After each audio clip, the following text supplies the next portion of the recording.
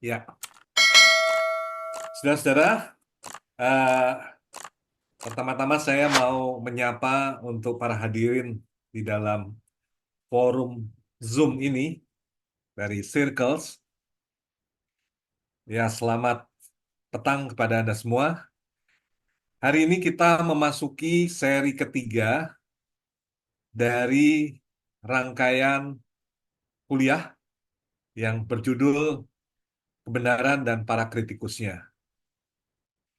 Di seri ketiga ini, kita melanjutkan pembicaraan kita yang ada di sesi kedua, yaitu masalah yang ditinggalkan oleh Michel Foucault.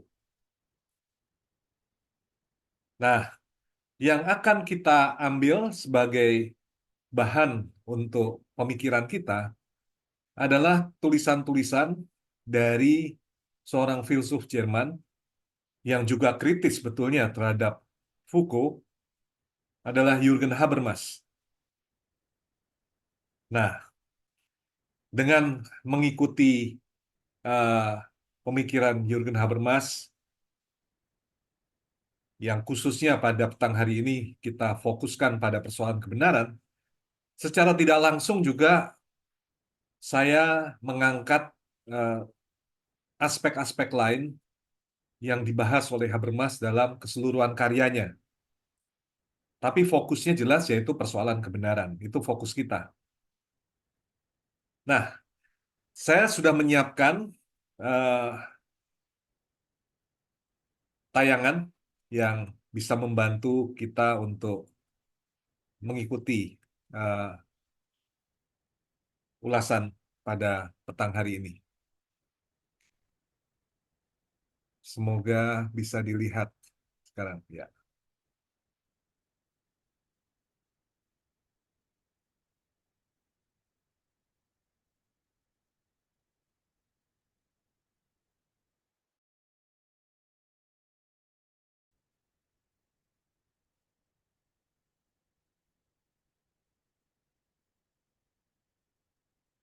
Jadi topik kita adalah kebenaran sebagai klaim komunikasi.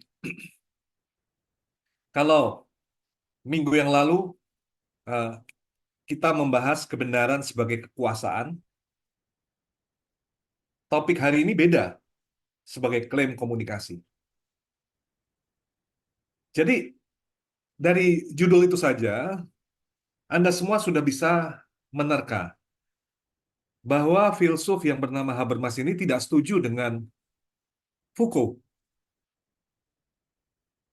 Dia tidak setuju kalau dikatakan bahwa kebenaran itu adalah kekuasaan. Bukan kekuasaan. Itu terlalu mentotalisasi. Seolah-olah tidak ada kebenaran, yang ada adalah kekuasaan. Atau setiap tindak tanduk kekuasaan itu identik dengan kebenaran, atau semua klaim tentang kebenaran itu sebetulnya juga dianggap sebagai klaim kekuasaan. Dia tidak setuju. Dia mau lebih bijaksana untuk menyikapi persoalan kebenaran ini, yaitu kebenaran itu sebetulnya persoalan linguistik, persoalan bahasa, lebih tepat pernyataan-pernyataan. Nah, ini cocok betul dengan pengalaman kita sehari-hari. Nah, kita memulai perkuliahan ini dengan sesuatu yang cukup besar ya, agama-agama. Agama-agama, monoteisme, lalu mistisisme timur, ya, itu semua mencari kebenaran yang menyeluruh, yang disebut sebagai kebenaran ontologis. Bukan hanya sekedar klaim kebenaran atau pernyataan-pernyataan, tapi ada orang benar di situ, ada realitas yang benar, ada hidup yang benar, ya.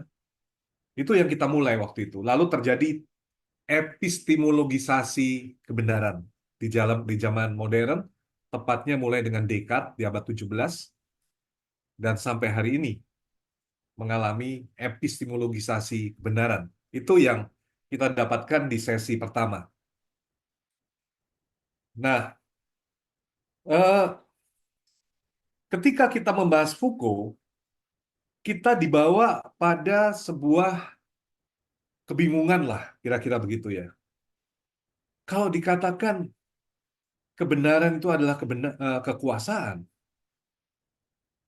untuk apa lagi kita mencari kebenaran? Berarti kita berhenti dengan pencarian kebenaran dan kita terputus juga dari tradisi pencarian kebenaran yang sudah dimulai dengan agama-agama yang ada di masa lalu, bahkan dari sains dan sebagainya, karena isinya adalah kekuasaan. Syukur ada Habermas yang merespon hal itu secara bijaksana. Kebenaran adalah klaim dalam komunikasi. Nah, saudara-saudara sekalian, apa yang ditinggalkan oleh Foucault itu adalah relativisme kebenaran. Apa yang dimaksud? Dengan mengatakan bahwa kebenaran itu adalah kekuasaan, sebagaimana nampak di dalam objektivisme ilmiah. Ingat tentang riset dia mengenai penjara, kelahiran penjara ya, kelahiran klinik, dan juga tentang sejarah kegilaan. Riset-riset itu ingin menunjukkan bahwa ilmu-ilmu kemanusiaan itu di samping ilmu-ilmu itu meneliti dan mencoba mengorek pengetahuan dari objek risetnya, sebetulnya mempunyai minat yang besar untuk menguasai, untuk mengontrol, mengawasi, karena ada proses eh, diferensiasi, seleksi, ya, dan juga akhirnya juga eliminasi atau penyingkiran. Nah, eh, itu semua dimuat dengan konsep yang khas pada Foucault, yaitu diskursus. Nah, kalau kebenaran adalah kekuasaan, maka sangat tergantung pada kekuasaan.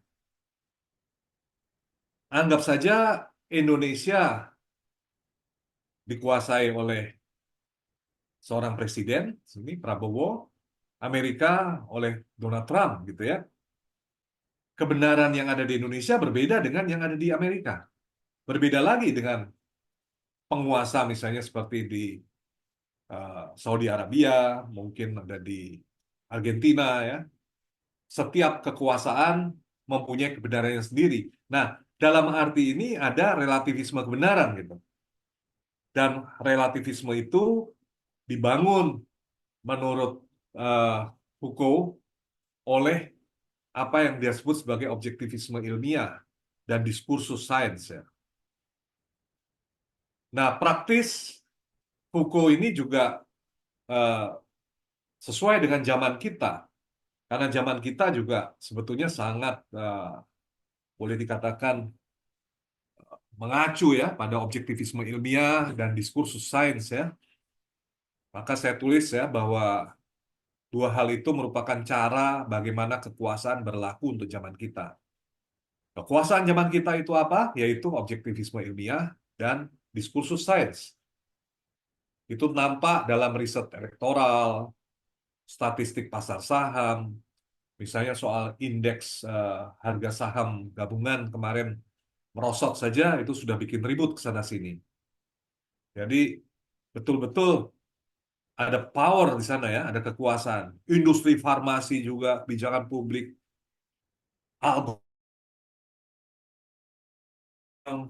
kapitalisme juga. Nah, jadi kalau dikatakan relativisme berarti tidak ada universalisme kebenaran. Sangat tergantung pada kekuasaan. Itu adalah yang kita bahas minggu lalu. Nah, sekarang dengan mempelajari Habermas, persoalannya mulai direvisi lah oleh Habermas ya. Dan revisinya sangat mendasar. Dia mulai dengan satu persoalan ini. Apakah kebenaran itu satu atau banyak? Nah, persis persoalan kebenaran satu atau banyak, itu kan persoalan kebenaran itu universal atau partikular. Kalau partikular berarti relatif lalu. Nah,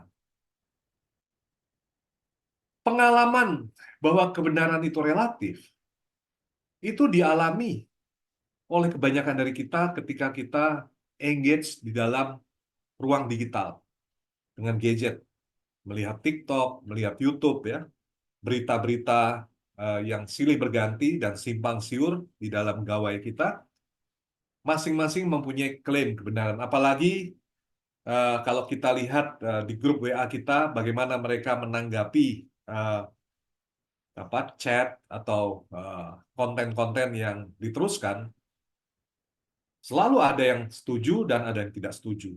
Apa-apa yang kita anggap benar, pasti ada yang menganggapnya tidak benar. Di situ kita kadang-kadang merasa bahwa menengok dan membaca media-media sosial menimbulkan rasa tidak bahagia, menimbulkan rasa bingung, bahkan absurd ya, absurd. Jangan-jangan media sosial selain menghasilkan ketidakbahagiaan, bisa juga meningkatkan angka bunuh diri karena perasaan absurd itu bisa uh, dihasilkan hasil pembacaan media-media sosial yang dihasilkan dari katakan relativisme kebenaran. Jadi pengalaman dalam ruang digital seperti itu, saudara-saudara. Nah, sebetulnya apa yang kita alami di ruang digital itu, menurut Habermas, itu sebetulnya filsafat. Problem klasik, kuno. Misalnya di sejarah Yunani kuno, filsafat Yunani kuno, Parmenides mengatakan bahwa ya, yang ada itu satu. Nah, artinya realitas itu satu. Dan kalau realitas itu satu, pengetahuan tentang realitas yang benar, ya satu. Berarti sebetulnya Parmenides adalah cikal bakal dari universalisme. Sudah sejak dini, kira-kira di abad keempat sebelum Masehi, ya, para atomis seperti Demokritos dan Leukipos itu tidak setuju dengan tesis Parmenides. Demokritos dan Leukipos, terkenal dengan atomisme, itu berpandangan bahwa realitas itu terdiri dari banyak hal, bukan hanya satu, seperti bola, seperti yang dikatakan oleh Parmenides. Banyak hal yang disebut sebagai atomos. Jadi hal yang banyak ini juga cikal bakal dari apa yang kita sebut sekarang sebagai relativisme. Meskipun kita bisa asalkan juga relativisme itu dari para sofis dalam Yunani kuno yang sudah menganut relativisme, seperti Protagoras misalnya. Protagoras kan mengatakan, dalam setiap hal selalu ada pro dan kontra. Dalam setiap hal selalu ada yang mengatakan yang satu benar, yang satu salah. Yang benar bagi yang satu, salah bagi yang lain. Artinya, eh, baik sofisme maupun atomisme itu sepakat kalau mau mengatakan bahwa kebenaran itu sebetulnya banyak dan eh, relatif. Baru pada Plato diusahakan supaya ada semacam sintesis sehingga realitas yang sungguh-sungguh real itu dikejar. Plato adalah musuh berat ya bagi sofisme dan juga atomisme. Eh, Pandangan dia menggabungkan Parmenides dan Herakleitos. Nah, sehingga eh, kalau kita perhatikan baik-baik pada Plato, pemihakannya pada Parmenides lebih besar daripada pada Herakleitos. Karena dunia ide-ide, realitas yang sungguh-sungguh real, yaitu idea, itu sebetulnya realitas yang tidak relatif ya. Nah, lalu kemudian ada Plotinos, itu Neoplatonis, yang kemudian meneruskan wacana tentang satu dan banyak itu ke dalam apa yang disebut Tohen dan Panta. Jadi eh, Ini panteisme, di mana Tohen yang tunggal memancar menjadi yang banyak, ya, yang banyak, yaitu dunia yang kita kenal, yang akhirnya nanti akan kembali kepada Tohen atau yang satu itu. Nah, ini jelas problem klasik, saudara-saudara. Nah, di abad 19, Hegel juga mempersoalkan satu dan banyak, yang akhirnya juga diserap kepada yang satu, yaitu roh yang absolut. Nah, saudara-saudara sekalian, Habermas mempunyai sebuah diagnosis yang menarik, yang kiranya dapat kita manfaatkan untuk membahas topik kita di dalam kuliah ini, yaitu persoalan kebenaran. Dia mengatakan kira-kira begini, bahwa pemikiran metafisis tradisional sejak Parmenides dan filsafat kesadaran sejak Descartes itu sudah ditinggalkan. Jadi, salah satu kebaruan dari pemikiran Habermas adalah dia mengatakan bahwa kita di abad 20 dan 21 ini tidak lagi berpikir seperti mereka sebelum abad 21 dan 20. Pemikiran kita diberi label oleh Habermas sebagai pemikiran pasca metafisis, post metaphysical thought, ya, atau kalau dalam bahasa Jerman.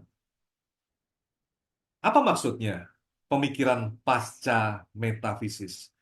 Nah, jadi memang di dalam filsafat dan ilmu-ilmu sosial ada semacam kegandrungan di tahun 80-an gitu ya, sampai peralihan abad ke abad 21 dengan kata pos, ada postmodernisme, poststrukturalisme, post kekristianisme, post, semua post ya. Nah, sehingga orang menyebutnya ada postism gitu kan, postism. Nah, Habermas juga anu tidak mau kalah ya untuk memberikan atribut ya. Termasuk postism juga ini dengan pemikiran pasca metafisis. Tapi apa yang dimaksud dengan label itu? Dewasa ini, menurut dia, orang berpikir proseduralis. Maksudnya proseduralis itu apa? Eh, Orang tidak terlalu meributkan isi, tapi lebih logika di belakang itu.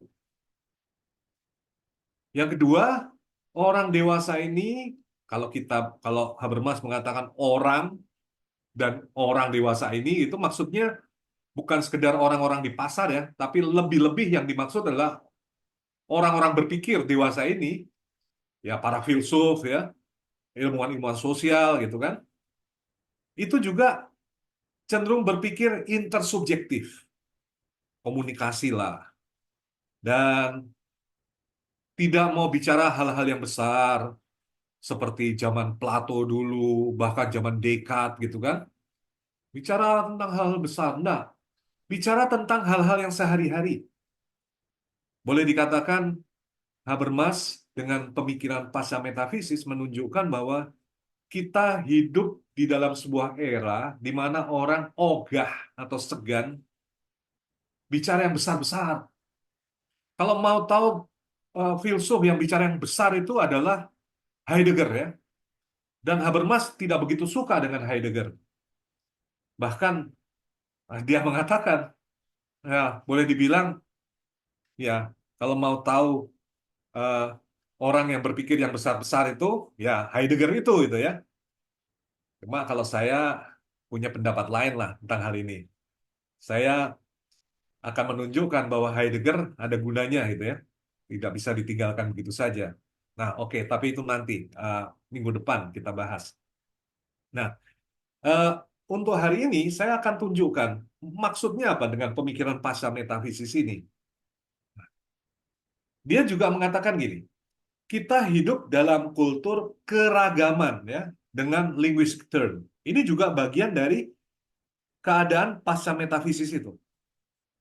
Yaitu kita sekarang lebih fokus pada bahasa dan bukan pada kesadaran. Nah, kebenaran juga bukan persoalan kesadaran sekarang, tapi persoalan bahasa.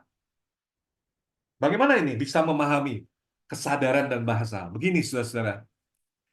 Dulu, sebelum abad 20, orang berpikir bahwa bahasa itu semacam gerbong kereta api yang membawa makna.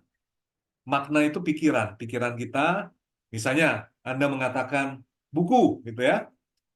Nah, maka kata buku itu mewadahi isi pikiran kita, yaitu realitas buku itu, untuk sampai ke pendengar.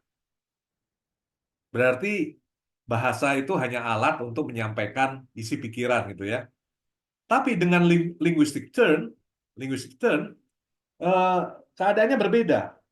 Orang abad 20 dan 21 termasuk Habermas itu yakin bahwa pikiran atau bahasa itu sendiri pikiran gitu. Ya, yang paling jelas itu pada Ludwig Wittgenstein ya, yang mengatakan batas-batas bahasaku adalah batas-batas duniaku. Ya, kalau Anda bisa menambah jumlah bahasa yang Anda tuturkan dan Anda mengerti, Anda menambah jumlah dunia yang Anda masuki. Anda bisa berbicara dalam bahasa Inggris, Anda masuk dalam dunia yang berbahasa Inggris. Tambah lagi Prancis, Jerman, Spanyol ya, lalu Arab, lalu bisa masuk ke dunia-dunia yang berbeda. Ada ini cukup masuk akal menurut saya untuk memahami hal itu. Artinya tidak ada dualitas antara bahasa dan kesadaran. Kesadaran dan bahasa itu eh, ada dalam satu kesatuan seperti itu. Orang seperti Heidegger juga eh, berpikir dengan linguistic turn ini kalau dia mengatakan bahwa sebetulnya eh, manusia itu juga hasil perkataan kita. Komunitas itu mengatakan manusia, maka jadilah manusia. Foucault juga mengatakan seperti itu. Nah, saudara-saudara, maka Habermas ada dalam real linguistic turn itu. Kalau kita lihat perbedaannya sekarang sedikit banyak dengan teman-teman sejamannya, yaitu The New Philosopher of Science, lalu dengan filsafat hermeneutik dan pasca strukturalisme yang sudah kita bahas ya, perbedaannya adalah jelas. Mereka semua yang sudah kita bahas, ya, ada Kuhn di situ, ada Feyerabend, ya, ada Rorty, Dilthey, ya, kecuali Heidegger, Gadamer, ya, dan Foucault. Kebenaran di situ adalah isu epistemologis, isu pengetahuan. Oke, orang seperti Foucault bicara bahasa, tapi masih kurang radikal lah. Foucault masih melihat eh, masalah kebenaran itu berciri epistemologis kalau dia mengatakan power knowledge, gitu ya. Power knowledge, lalu eh, atau will, the will to knowledge, the will to knowledge, dan the will to truth, dan the will to power. Dia ada unsur epistemologis di sana. Baru pada Habermas, ya, jadi Habermas ini dari tradisi Kantian ya, Jerman. Dia tidak mau bermain-main kata seperti para post-strukturalis seperti Foucault, misalnya power, knowledge, uh, garis miring gitu kan, atau truth, garis miring, power, dia nggak mau. Pakai garis miring itu kan mau menimbulkan apa namanya? Kalau dalam bahasanya Derrida itu divergence atau uh, kontaminasi dari antinomi biner gitu kan. Dia nggak mau. Kebenaran adalah soal kebenaran. Kita harus pastikan lokusnya ada di mana. Nah, Habermas mengatakan bahwa kebenaran bukan isu epistemologis loh. Walaupun mau tidak mau juga menyentuh ke sana, cuma perhatian dia bukan pada persoalan epistemologisnya. Atau kalau mau mengatakan gini, epistemologi itu adalah persoalan komunikasi bagi dia. Maka kebenaran adalah isu komunikasi. Lebih tepatnya kebenaran sebagai klaim di dalam komunikasi. Nah, nanti Anda akan melihat apa yang saya maksud ini dengan lebih jelas lewat penjelasan yang ada gambarnya.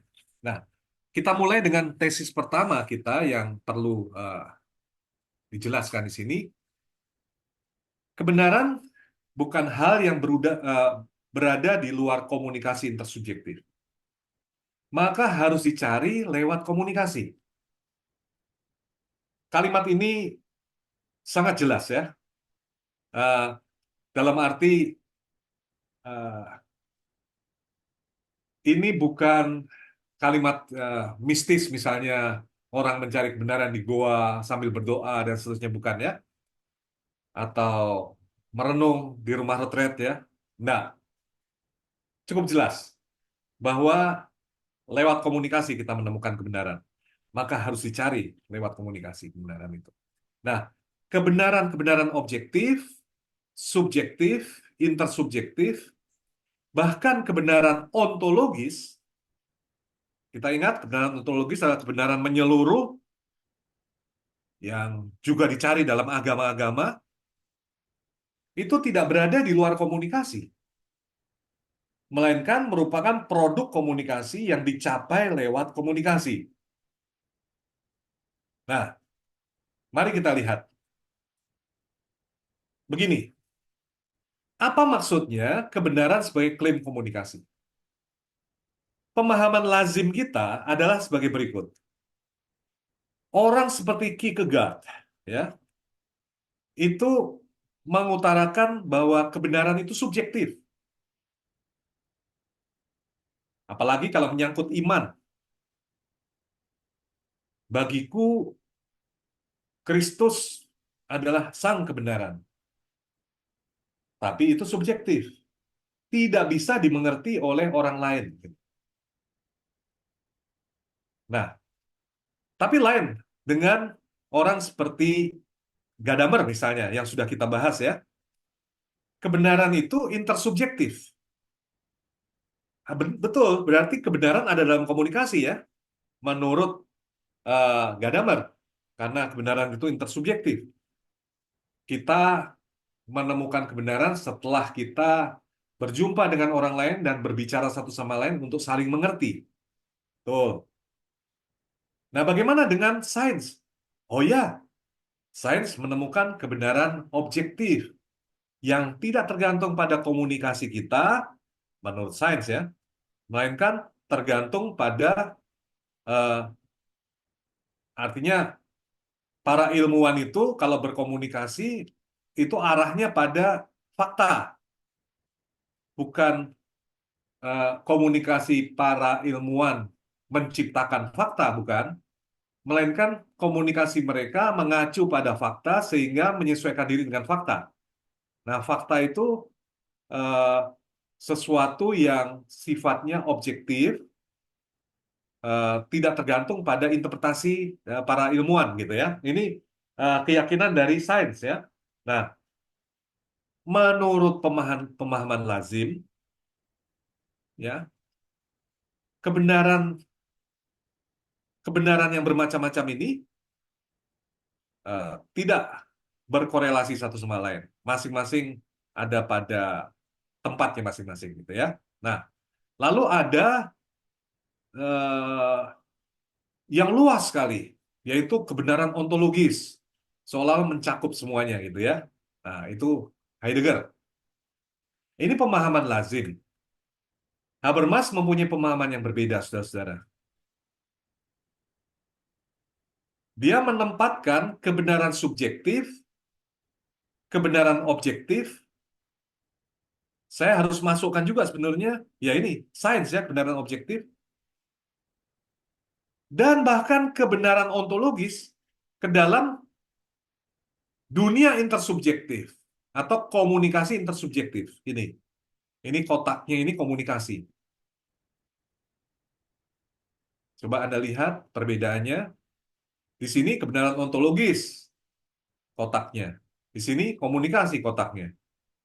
Nah, jadi eh, pulau-pulau kecil dari kebenaran-kebenaran itu diwadahi oleh lautan komunikasi. Komunikasi itu lebih penting karena semua mengandung komunikasi, baik yang subjektif, ontologis maupun yang objektif. Nah, kalau dikatakan kebenaran sebagai klaim komunikasi ya harus memahami dalam konteks Habermas seperti itu. Oke. Nah, mari ini menjadi lebih jelas lagi begini. Dalam diskursus, nanti saya jelaskan apa itu, eh, para pihak yang berkomunikasi itu datang di suatu tempat atau suatu forum mengemukakan pendapatnya yang berbeda-beda.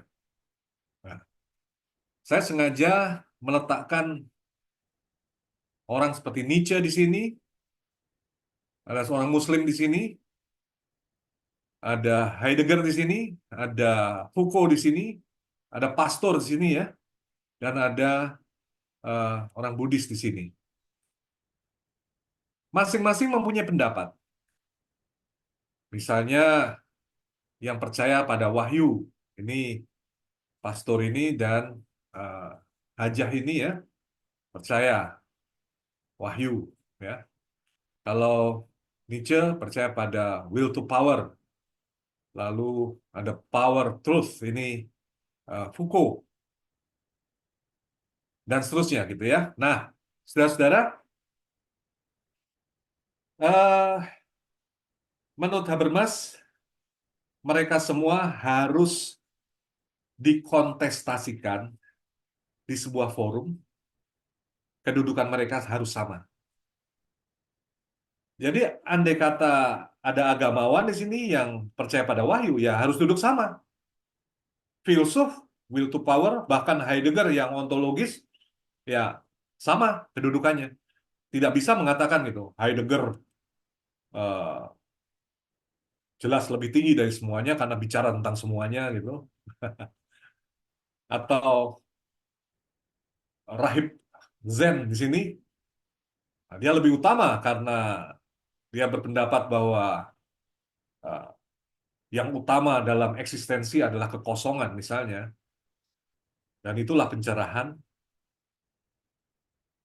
Dia tidak bisa. Dia juga orang yang harus berkomunikasi dan menjelaskan pendapatnya seperti apa. Tidak ada yang menang-menangan di sinilah.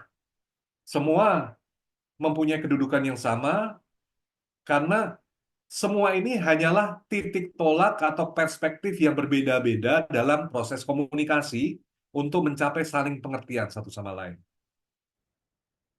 Kalau tidak bisa ya tidak ikut dalam forum itu gitu.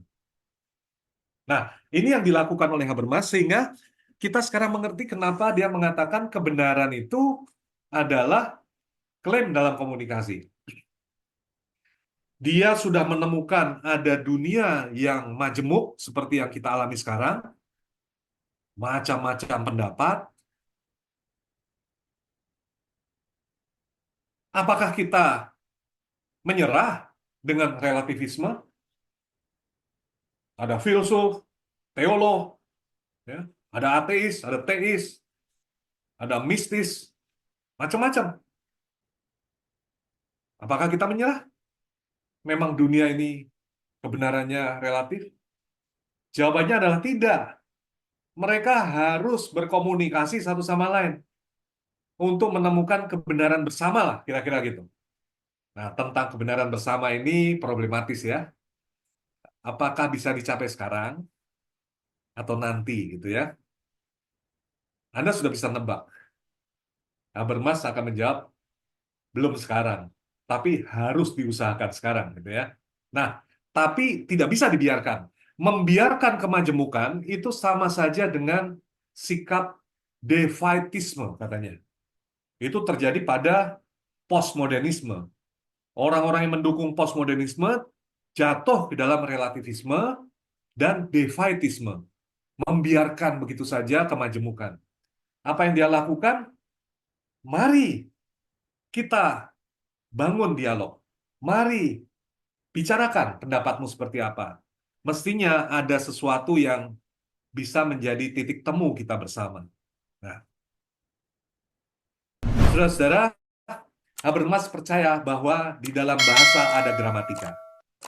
Nah, gramatika itu kalau kita teliti dari berbagai bahasa, nampaknya berbeda-beda. Namun, kalau dipelajari baik-baik, ternyata gramatika adalah eh, sebuah logika yang sangat rasional di dalam bahasa, yang terdapat dalam berbagai bahasa, sehingga bahasa itu bisa dimengerti. Nah, dari sana, Habermas berpendapat bahwa sebetulnya akal budi manusia ini mengandung struktur-struktur universal, seperti yang ada pada gramatika. Itu keyakinan dia.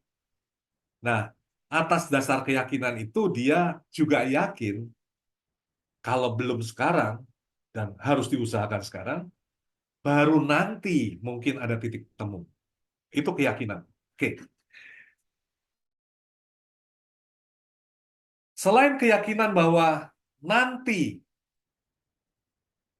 nantinya agak jauh begitu ya, kita akan menemukan titik temu. Ini, lihat keberagaman itu lewat diskursus, ya.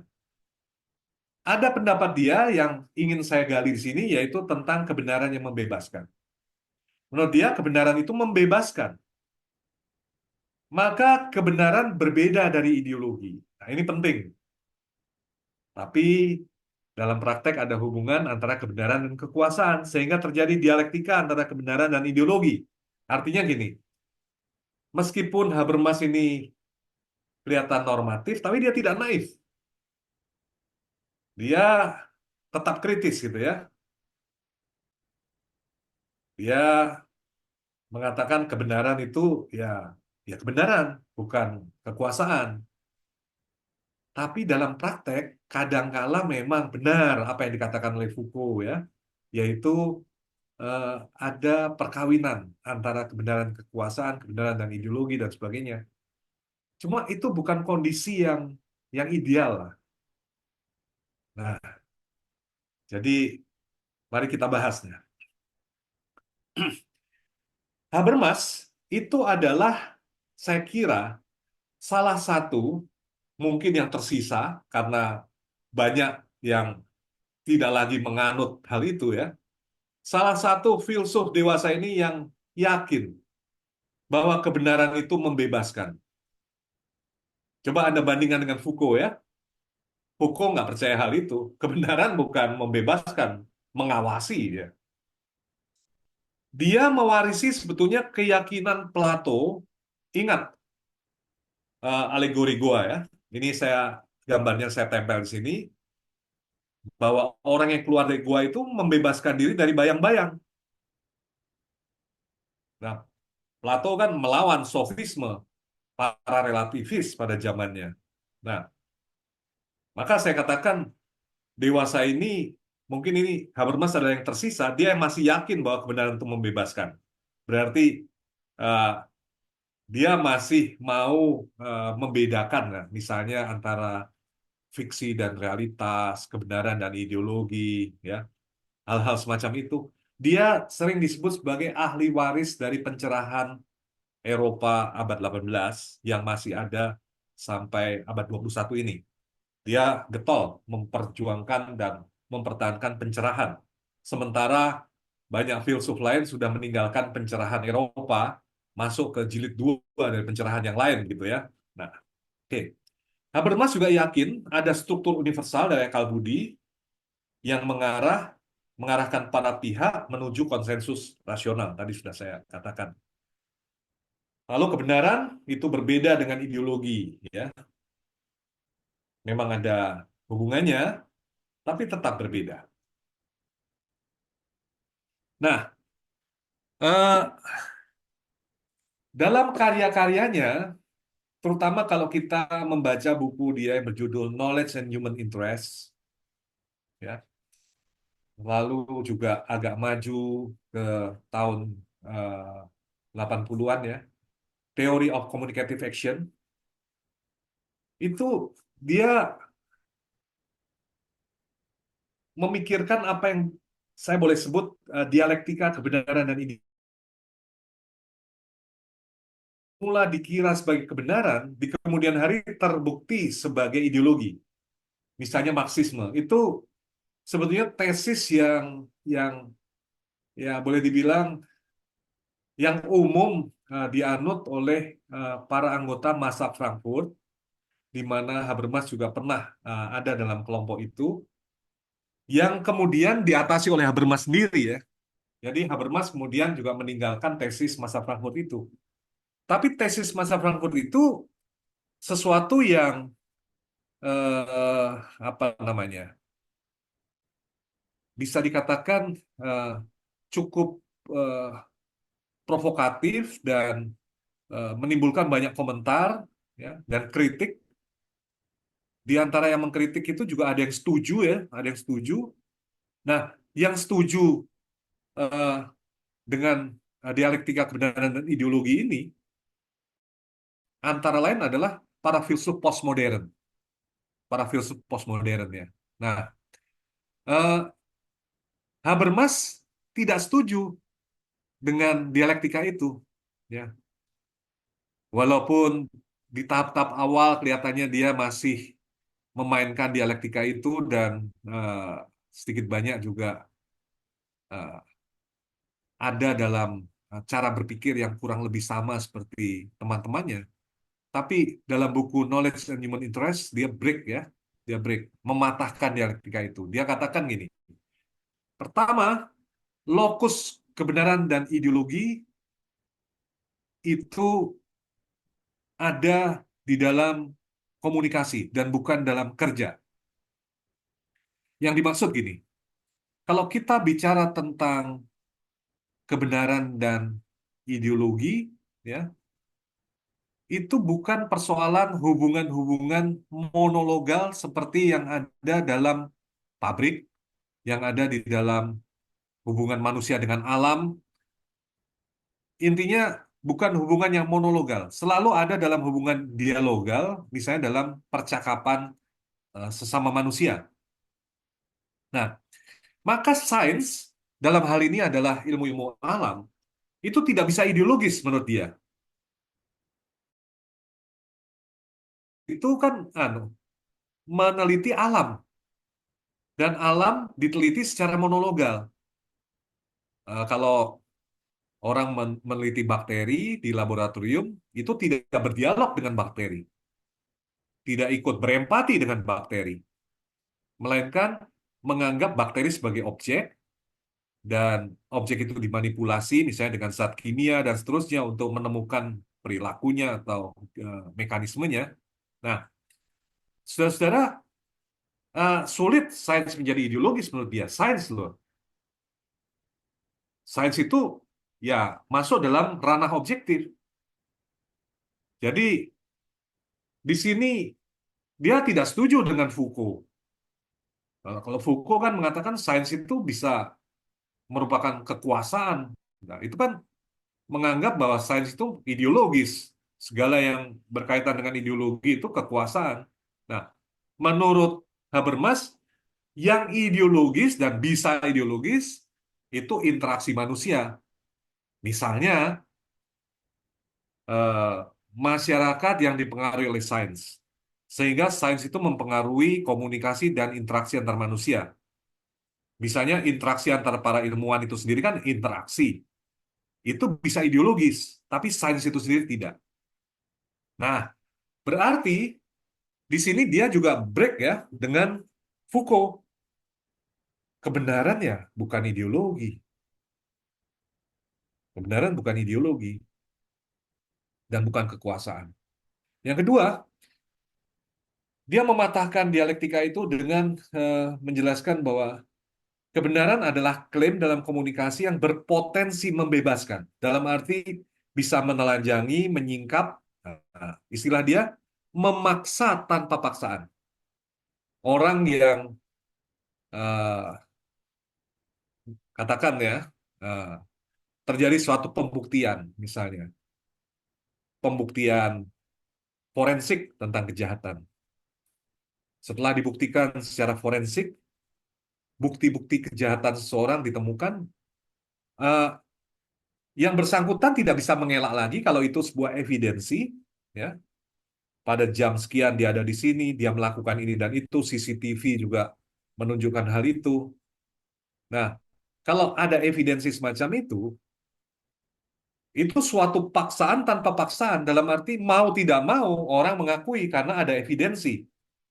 Nah, dalam arti itu kebebasan itu membebaskan. Kenapa? Karena eh, kita menjadi lega melihat oh pelakunya itu. Nah, akhirnya kebenaran itu terungkap.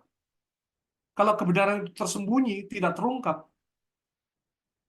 Kebenaran itu, kebenaran yang tersembunyi itu malah menekan dan menindas sehingga kita tidak pernah eh, terbebaskan dari suatu kondisi. Nah, eh, kebenaran yang mempunyai potensi membebaskan itu juga sangat penting untuk kita pikirkan.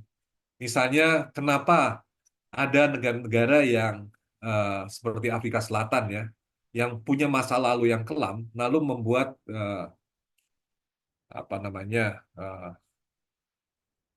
tim untuk rekonsiliasi, ya, kebenaran dan rekonsiliasi. Nah, setelah tim itu bekerja dengan baik, lalu terjadi pengungkapan-pengungkapan apa yang sesungguhnya terjadi di masa gelap itu, katakan ada pembersihan etnis, masaker, dan seterusnya, pelakunya eh, mengaku, eh, ditemukan, ya, lalu bisa minta maaf, kemudian bisa menjalin rekonsiliasi dengan korban.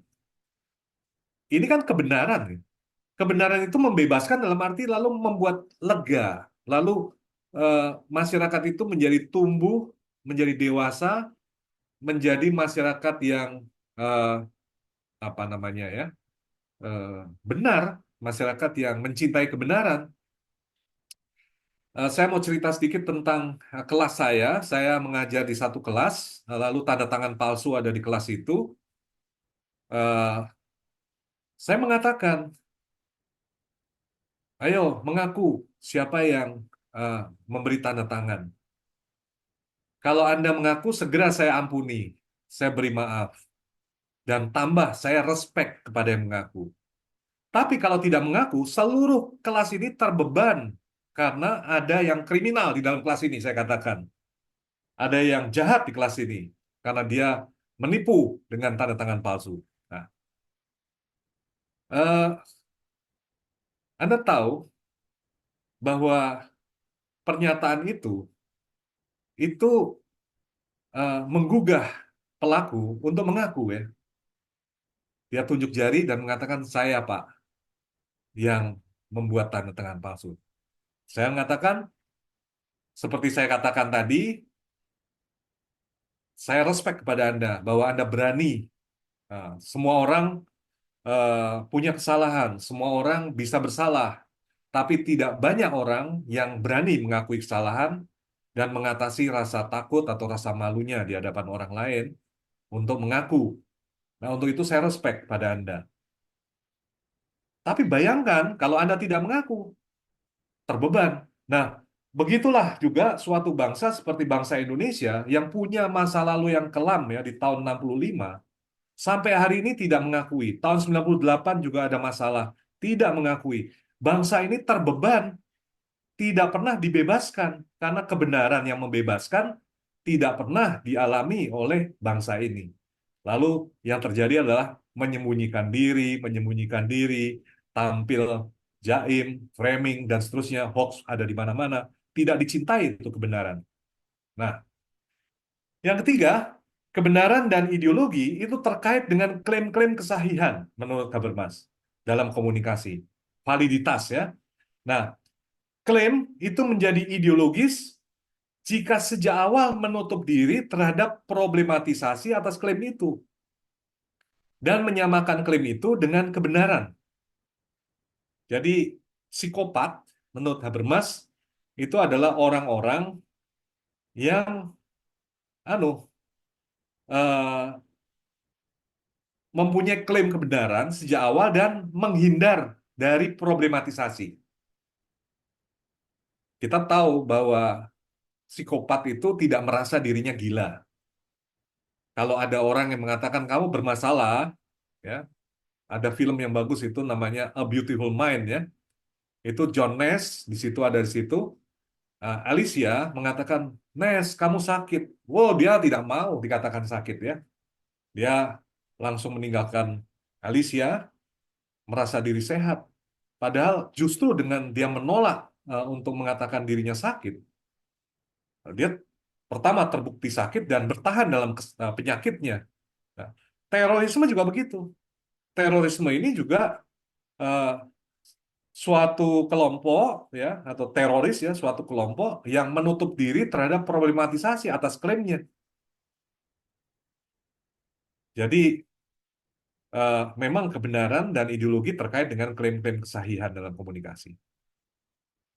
Kebenaran itu selalu membuka diri karena dia adalah klaim untuk digugurkan. Tetapi ideologi tidak pernah sejak awal menutup diri, tidak mau digugurkan. Oke. Nah, kritik Habermas atas Foucault adalah kebenaran tidak membatasi seperti yang dikira oleh Foucault dalam bentuk diferensiasi, seleksi, dan eliminasi, tidak juga membelenggu, melainkan membebaskan.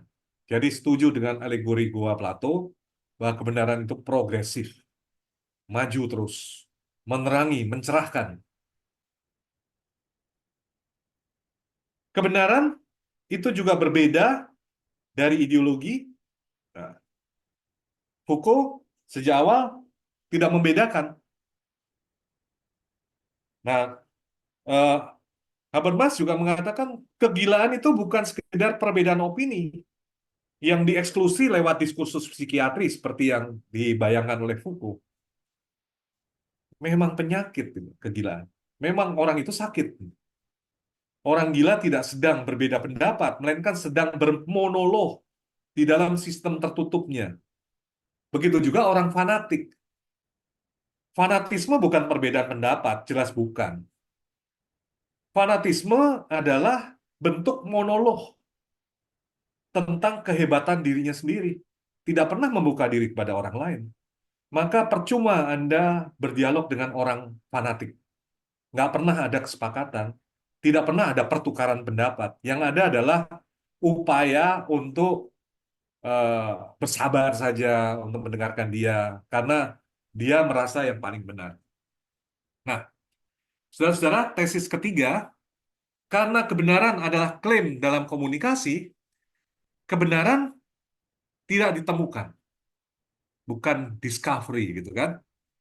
Kebenaran juga bukan sesuatu yang diciptakan, bukan invention atau creation, bukan ya, atau innovation, bukan, melainkan sesuatu yang dicapai lewat komunikasi sebagai konsensus rasional.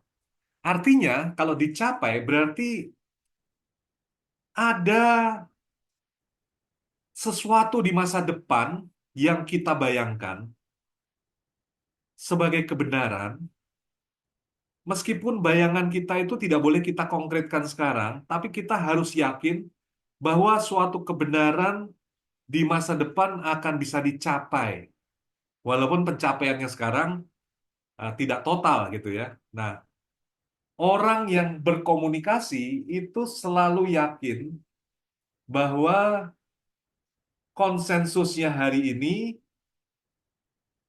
suatu ketika akan bisa tidak disetujui lagi, lalu kita harus eh, mencari konsensus baru, dan suatu hari kemudian konsensus baru itu menjadi disensus lagi, dan begitu seterusnya, tapi upaya untuk mencari konsensus tidak pernah selesai.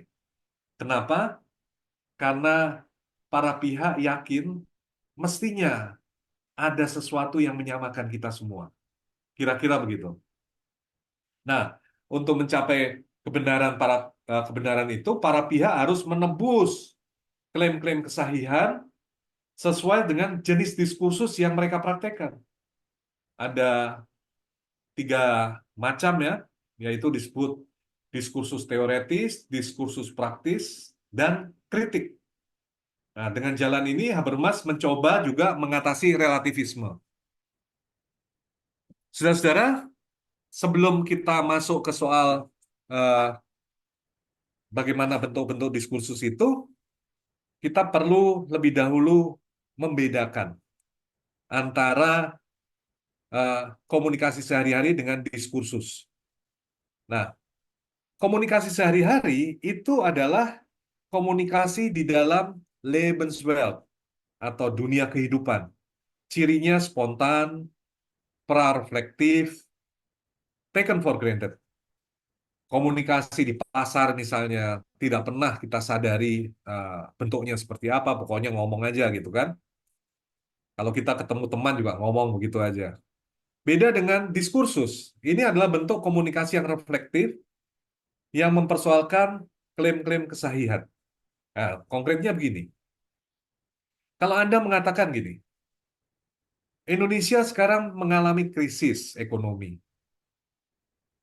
Kalau ini disambung langsung dengan celotehan teman, oh iya memang banyak-banyak harga barang menjadi naik sekarang, sayur juga naik, lalu ada teman lagi nimbrung dan seterusnya menjadi eh, percakapan, perbincangan gitu. Ini adalah komunikasi sehari-hari. Tapi kalau ada satu orang saja di situ yang mempersoalkan, mengatakan, ah, tidaklah, tidak mengalami krisis, fundament kita kuat. Saya mempunyai beberapa alasan untuk mengatakan bahwa kita belum ada dalam fase krisis. Nah, ini sudah muncul persoalan dengan klaim-klaim kesahihan, yaitu pernyataan orang pertama yang mengatakan Indonesia sedang dalam krisis, itu dipersoalkan. Apakah yang mempersoalkan mengatakan, ah tidak ah, itu artinya apa benar apa yang kamu katakan? Nah, jadi ketika komunikasi sehari-hari diinterupsi sedemikian rupa sehingga orang mulai mempersoalkan klaim-klaim kesahihan dari pernyataan-pernyataan para partisipan di situ, komunikasi mereka berubah dari komunikasi sehari-hari berubah menjadi diskursus. Jadi diskursus ini adalah komunikasi tingkat tinggi untuk mencari kebenaran sebetulnya. Ya, nah, ada di mana itu yang namanya diskursus? Tidak hanya pada ranah ilmiah, seperti yang dikatakan Foucault. Nah, Foucault itu mempunyai pandangan yang berbeda ya tentang diskursus ya. Diskursus adalah kekuasaan. Menurut Habermas tidak.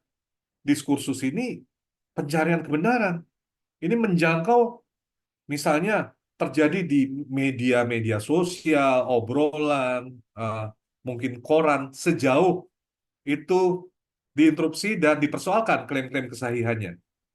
Nah, tiap peserta di dalam komunikasi itu adalah pencari kebenaran. Nah, sekarang kita mulai melihat bahwa Habermas betul-betul mengubah lanskap pencarian kebenaran. Dari dulu kebenaran adalah eh, monopoli dari para pertapa, para biksu, mungkin juga para mistikus, ya, mungkin nabi, mungkin juga para ilmuwan, ya, eh, monopoli mereka, elit lah, elit pencari kebenaran. Nah, dengan pemikiran pasca metafisis, Habermas mendemokratisasi pencarian kebenaran sehingga para pencari kebenaran itu adalah para partisipan komunikasi di dalam proses diskursus. Nah, jadi setiap orang bisa menjadi pencari kebenaran di sini. Nah, saudara-saudara, segitiga ini saya desain untuk menggambarkan eh, preseposisi Habermas kalau bicara tentang pencarian kebenaran dalam komunikasi. Kalau Anda membaca buku Theory of Communicative Action, Anda tidak akan menemukan segitiga ini. Segitiga ini saya buat, tetapi dalam buku itu dia eh, memang membedakan.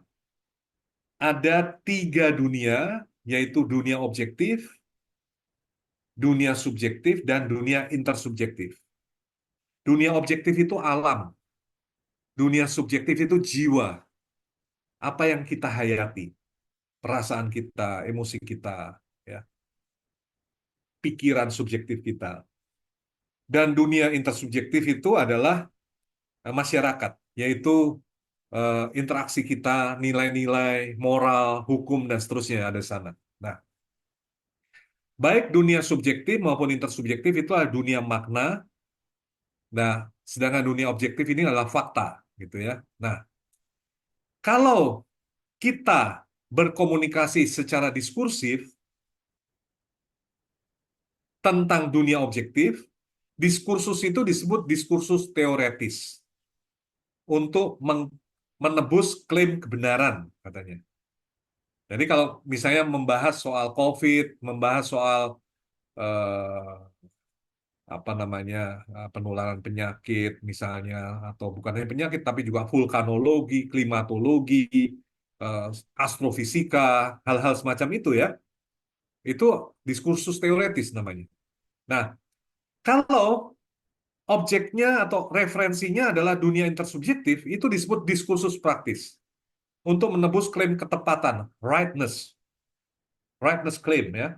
Nah, para ahli hukum, para sosiolog, ya, begitu juga para ahli moral, ya, yang berbicara tentang demokrasi, tentang hukum, ya, dalam masyarakat itu melakukan diskursus praktis karena acuannya adalah dunia intersubjektif, bukan dunia fakta, fakta alamiah gitu ya.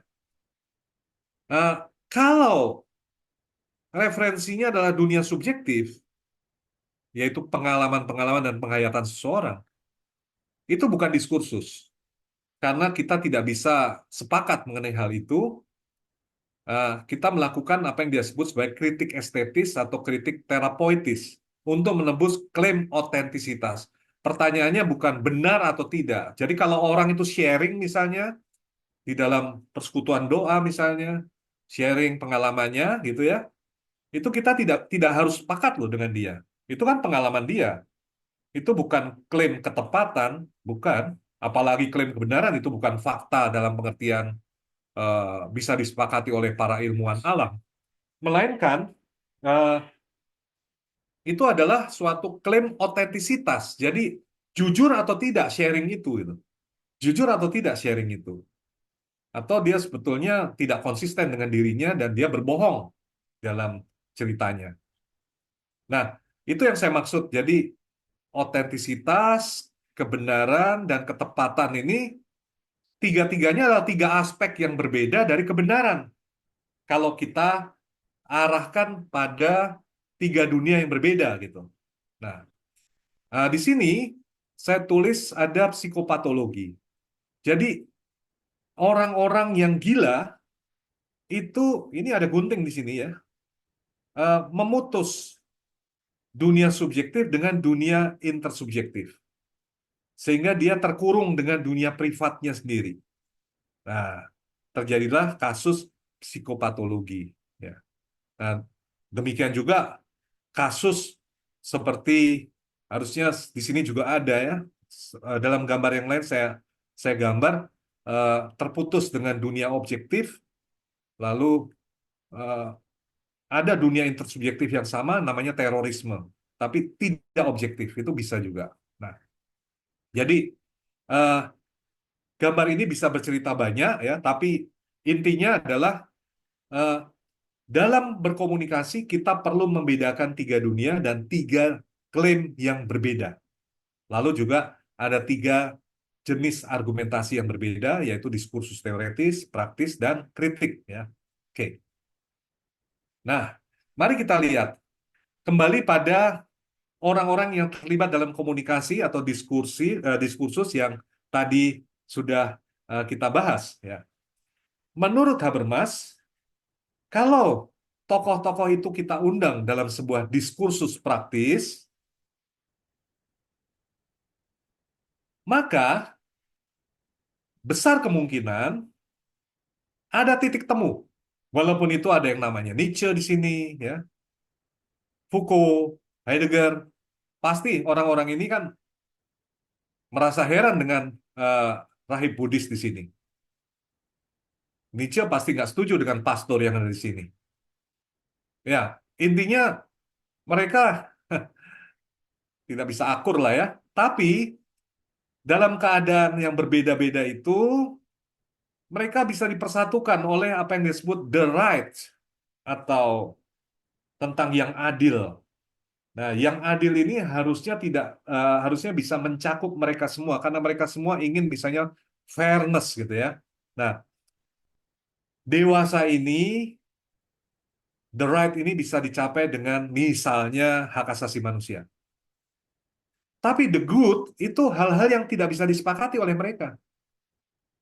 Yang Muslim tetap dalam isu kebenarannya sendiri, yang Kristen dengan kebenarannya sendiri, Buddhis dengan sendiri, para filsuf dengan eh, pandangan kebenarannya sendiri, itu bisa ya. Nah, the good. Nah, the good tidak bisa diuniversalkan di situ.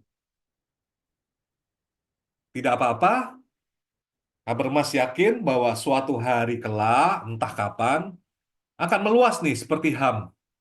Lama-kelamaan wilayah the right akan besar. Kan manusia kan sekarang eh, diperantaranya dengan media-media sosial dan juga internet dan komunikasi digital. Jadi menjadi global lah sekarang. Nah, jadi kita bisa berpengharapan bahwa suatu hari kelak mereka akan saling mengerti. Tapi belum sekarang. Sekarang eh, banyak hal yang terjadi yang membantah hal itu ya. Oke.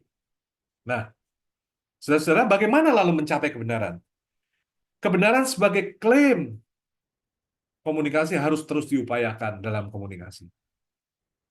Tidak ditemukan dan diciptakan, melainkan dicapai. Sebagai kebenaran selalu terbuka untuk dikontestasi secara publik.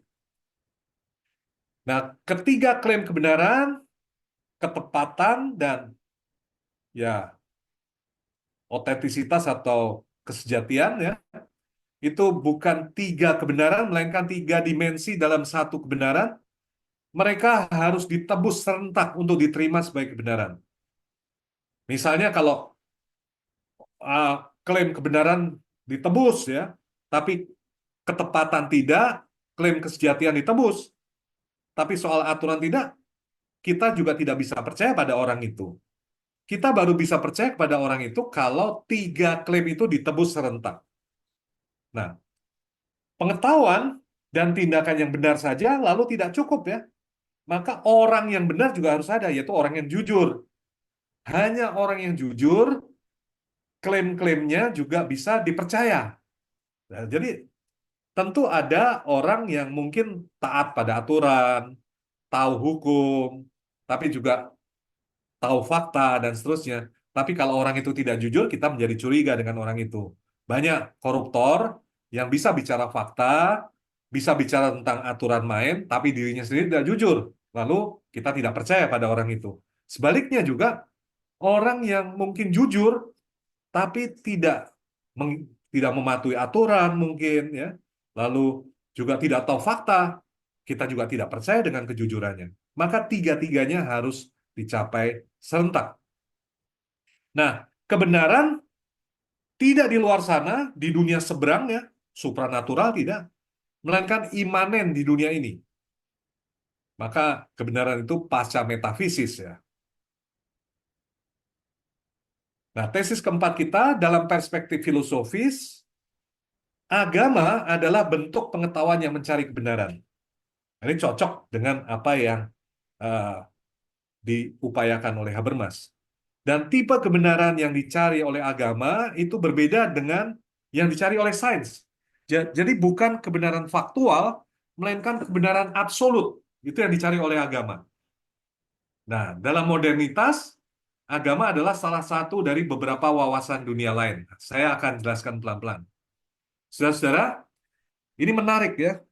Dalam karya-karya eh, yang ditulisnya di tahun 2000-an, awal tahun 2000-an ya, Habermas sangat concern dengan persoalan agama. Memang di tahun 80-an dia sudah menyebut-nyebut, cuma concern-nya tidak sebesar seperti di tahun 2000-an. Saya berani mengatakan bahwa Habermas adalah salah satu filsuf kontemporer yang perhatiannya besar ya atas agama dalam modernitas. Nah, bagi orang percaya, agama adalah penemuan kebenaran. Tapi bagi filsafat, agama adalah bentuk pengetahuan yang mencari kebenaran. Karena agama dan tafsirnya berubah lewat sejarah. Itu pengamatan filsafat. Tapi kalau orang beragama sendiri akan mengatakan, nah, saya menemukan kebenaran. Nah, filsafat melihat, nah, dari dulu berubah-ubah kok. Lihat aja ke Kristenan. Islam pun juga berubah-ubah. Tergantung mazhab tafsir, zaman apa, dan seterusnya gitu kan. Nah, agama itu memiliki makna yang mutlak memang bagi penganutnya. Tapi hati-hati di sini, Habermas itu membaca sebuah teks yang ditulis oleh Horkheimer dan menanggapi, lalu menulis ya teksnya. Nah, saya eh, mencoba untuk memanfaatkan itu untuk diskusi kita. Ya, dia mau berhati-hati dengan klaim kebenaran absolut dari agama.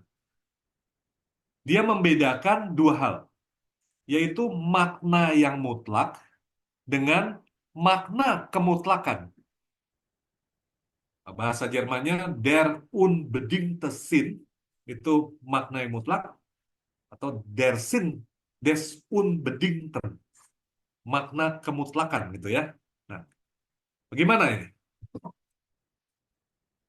Yang saya maksud dengan, atau yang dia maksud dengan makna yang mutlak, itu saya mengerti sebagai kebenaran eksistensial agama. Yang dimaksud dengan makna kemutlakan itu kebenaran moral dari agama. Agama itu kan mengandung dua aspek, yaitu aspek soteriologis ya. Misalnya gini, kenapa engkau menjadi Muslim? Karena aku percaya bahwa inilah adalah jalan keselamatan. Kenapa kamu menjadi Kristen? Aku percaya keselamatan ada dalam Yesus Kristus. Kalau aku tetap beriman, aku akan selamat. Selamat dari apa? Dunia ini celaka, dunia ini penuh penderitaan, dunia ini berakhir dengan kematian, dunia ini penuh dengan dosa dan seterusnya. Selamat, artinya ditebus di surga, istilahnya begitu ya, di surga. Nah, oke. Nah, itu aspek soteriologis dari agama, ya. Nah, itu yang saya sebut sebagai kebenaran eksistensial agama. Tapi eh, ada aspek kedua, yaitu kebenaran moral. Agama kan juga memberikan tilikan-tilikan moral. Nah, kita ambil contoh di sini. Isi iman religius, bisa paham keselamatan itu makna yang mutlak, tapi tuntutan kemutlakan moral yang diklaim oleh agama, misalnya larangan aborsi, larangan LGBT, dan seterusnya. Larangan alkohol, itu juga bisa ya. Nah, itu persoalan moral, makna kemutlakan di situ. Itu menurut Habermas bisa dipersoalkan.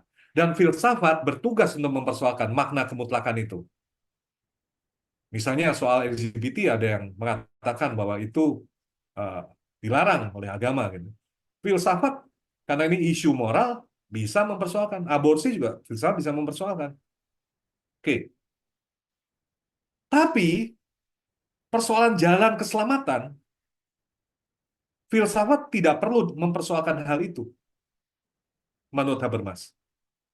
Kenapa? Karena terkait dengan wawasan dunia, worldview, dan tidak terbantah lewat komunikasi. Kenapa? Kenapa? Karena kebenaran ini subjektif.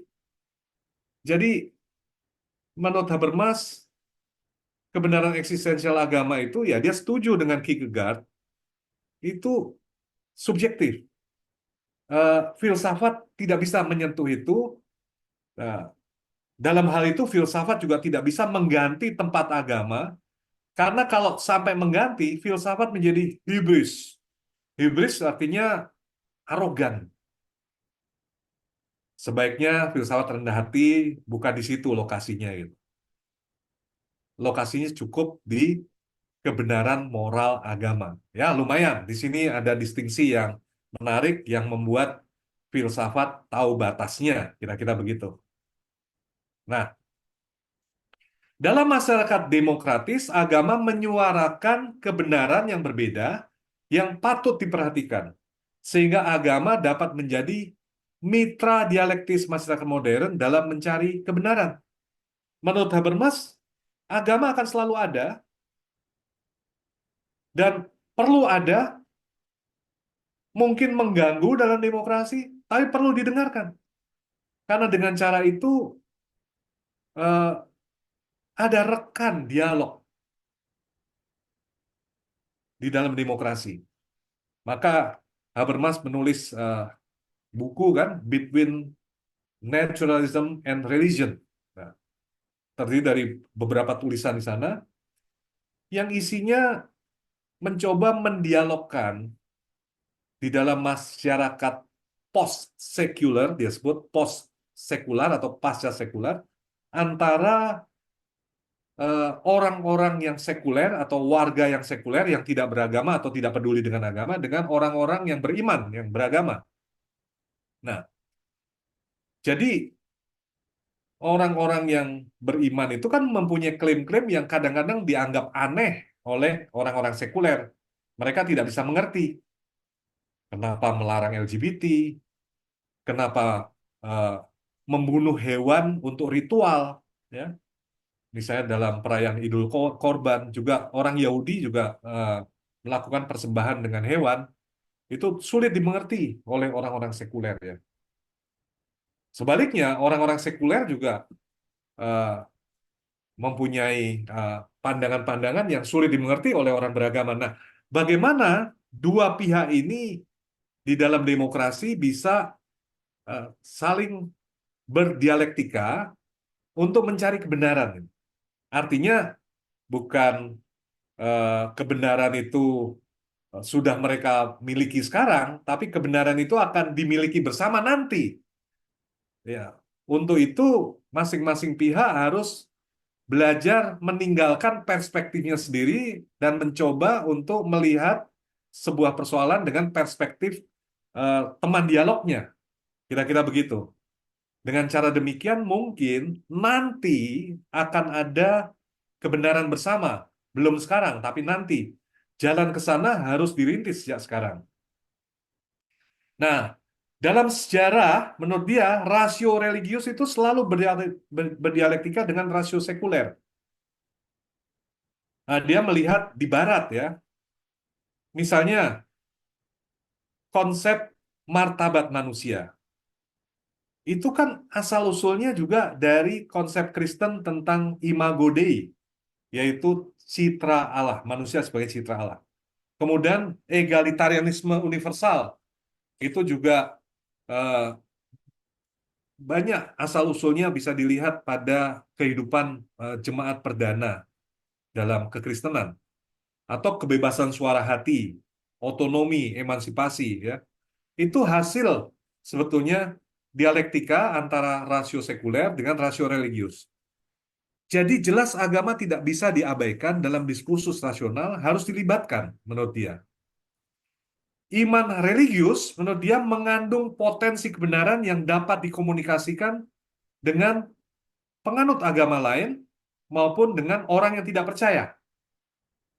Ya, orang Muslim punya potensi kebenaran yang kiranya bisa dikomunikasikan dengan orang Kristen, Buddhis, Hindu, dan sebaliknya begitu. Bahkan dengan ateis. Ateis juga bisa mengkomunikasikan hal-hal yang mereka yakini dengan orang-orang yang percaya. Nah, itu keyakinan dia. Sehingga potensi kebenaran itu nanti menjadi aktual. Nah, karena ruang publik demokratis itu penuh dengan polifonik klaim-klaim kebenaran, banyak suara gitu ya. Bahkan dia mengatakan ada puting beliung relativisme gitu kan. Warga beriman ditantang untuk dapat merelatifkan wawasan dunia mereka di hadapan wawasan-wawasan dunia lainnya, tapi tanpa meragukan kebenaran wawasan dunianya. Ini menimbulkan disonansi kognitif atau kognitif disonans yang sangat hebat dalam diri orang yang beragama tentu. Karena orang beragama sulit merelatifkan wawasan dunianya, namun menurut dia itulah cara menjadi modern. Menjadi modern harus terbiasa dengan cognitive dissonance. Kalau tidak, kita menjadi radikalis, menjadi fanatis, lalu menjadi tradisionalis, dan seterusnya. Jadi, eh, menurut Habermas, tidak ada jalan lain kalau kita mau eh, mendekat satu sama lain, ya perlu mengatasi cognitive dissonance dengan mencapai saling pengertian timbal balik. Nah, untuk mencapai kebenaran dalam demokrasi, warga beriman harus bersedia menerjemahkan atau translasi ya istilah dia Übersetzung bahasa teologis mereka ke dalam bahasa publik. Bahasa teologis itu sulit dimengerti oleh orang dari agama lain dan juga orang-orang sekuler. Contoh Imago Dei, orang Kristen tahu, tapi orang ateis tidak mengerti. Orang Islam tidak tahu, tapi martabat manusia bisa dimengerti ya. Lalu konsep kerajaan Allah, orang Kristen tahu, tapi bagi seorang Muslim apa itu tidak mengerti. Apalagi seorang ateis tidak mengerti. Nah, lalu diubah. Nah, proses perubahan itu adalah proses translasi menjadi kerajaan tujuan-tujuan. Nah, ini proses perubahan itu proses yang tidak mudah juga untuk diterima, tapi sekarang pelan-pelan bisa diterima.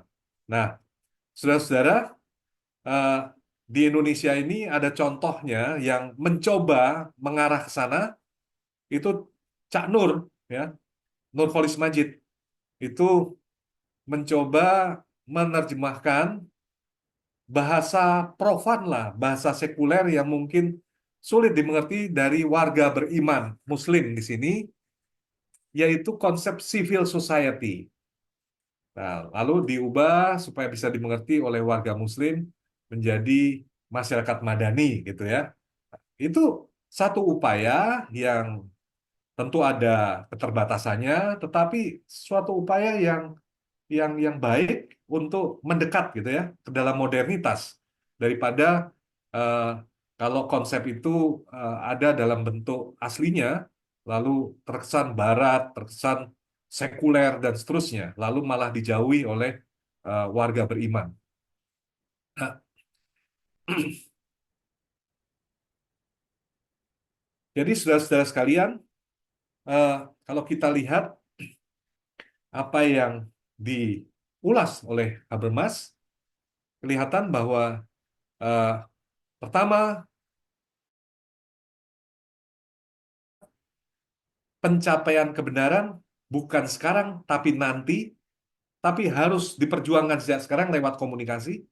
Yang ketiga, untuk mencapai kebenaran itu kita perlu menyadari adanya distingsi antara dunia fakta dengan dunia makna. Kalau tidak ada distingsi itu, kita akan ribut dengan hal-hal yang tidak perlu. Karena campur aduk antara fakta dengan makna itu membingungkan menurut dia. Baik, saudara-saudara, mungkin lewat diskusi lebih lanjut dengan Anda semua,